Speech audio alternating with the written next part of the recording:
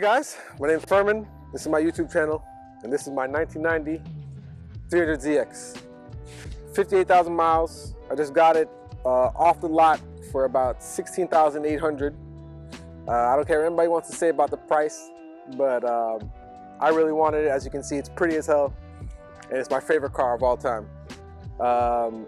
Few reasons why it's my favorite car. Everybody knows Lambo took those for the Diablo, those headlights, and to be honest, the way the car looks with the wide fenders, it kind of gives it already a wide body looks, and the body lines were perfect, and that's why you'll see a lot of people put wide body kits on this car. And as we come around the side, you'll see that I have the original Z rims, 16-inch rims that came with it originally, no rim scuffs, the original calipers. The tires are not the right size tires. These are 205s. They're supposed to be 225s, but we're gonna resolve that in a later video. And yeah, as you can see, the body is super clean. I'll show you guys under the hood soon. If you come this side, just to get another look, but it's effectively, you know, one of the cleanest Z's I've ever seen. And the reason I grabbed it was for that exact reason. I went up there, I confirmed my eyes weren't tricking me online, and I ended up getting it. But I'll tell you, the reason I got this car, like I said, is my favorite car, and it's because when I was a kid, I first started learning how to drive stick shift on a 1989 Nissan Sentra, and 3 weeks after that, a Z32 pulled up at my dad's shop, and I was about a 5'3", 14-year-old, 13-year-old, and he just saw me staring at it, and he was like, "Man, you want to sit inside of it? Go sit inside of it."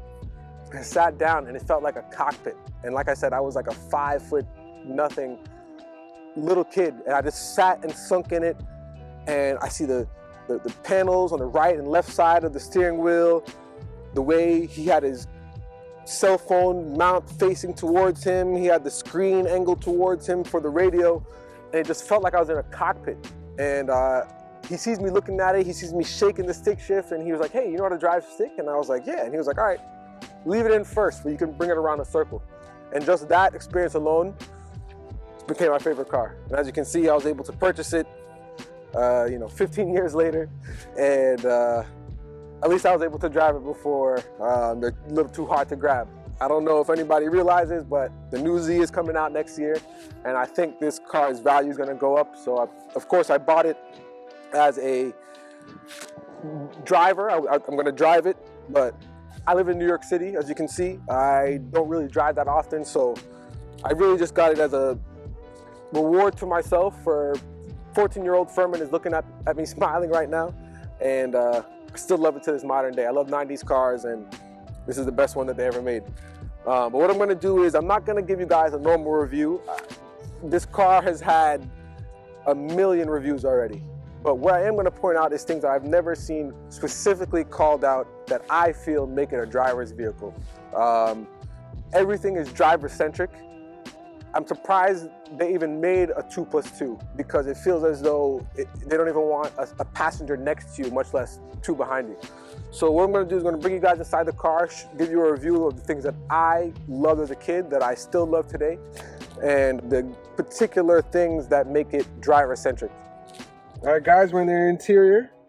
As you can see, my favorite part of this, the T-tops. I'm sure you all know about this, what is it, slick top Z32. The rare one. This is my favorite one. I wouldn't even want that one, to be honest. So this is one of my favorite features of the car. It doesn't leak like some of these Z32s. But truly, to get back to the point, this was the reason I wanted the car. This seating angle, this cockpit that I'm sitting in, it almost feels like a plane. And I'll probably show a shot right now where you'll see the car, in my opinion, looking like a plane, because of the way the T-tops look from the back, with the way the seats are bucketed. And let's just get to it. So the steering wheel, simple steering wheel. I feel like this might even be just regulatory as to why they have this cruise control symbols here, because as you can see, there's no other options here. You can't set the windshield wiper or the misting or the anything else. All you have is an indicator and these cruise control functions. Everything else is on these gauges to the left and right of you. As you can see, they're almost kind of in a mirrored way. You know, these two knobs are similar. This is for the rear window wipers. This is for the automatic climate control that works like a charm. You literally press auto, set the temperature, and it does everything you need to do. You don't need to turn up and down the fan speed. These are kind of things that are in modern Mercedes-Benzes. These are kind of things that are in modern luxury vehicles. And to be fair, this is the luxury trim of the Z32 when it first came out in 1990. So to bring it back, this car was actually $35K, I believe, MSRP.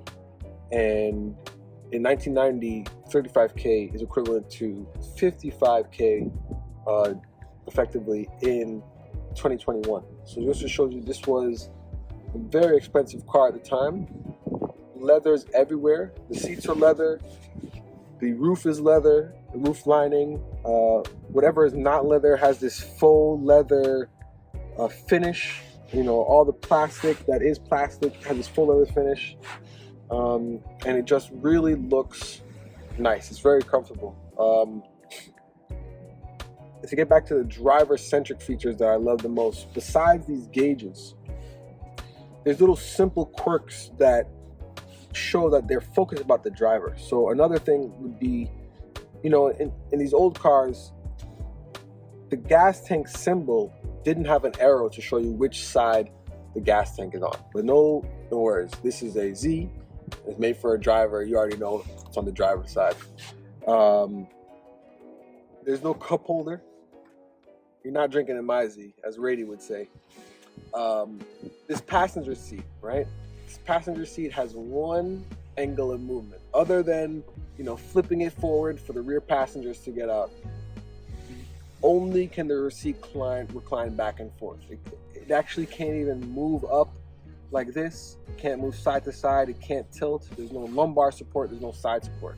This seat, however, you'll see a shot here of two joysticks that allow you to not only move it horizontally and vertically, you're allowed to tilt it and angle it, as well as lift it up and lift it down. Also, you of course have the standard recline back and forth.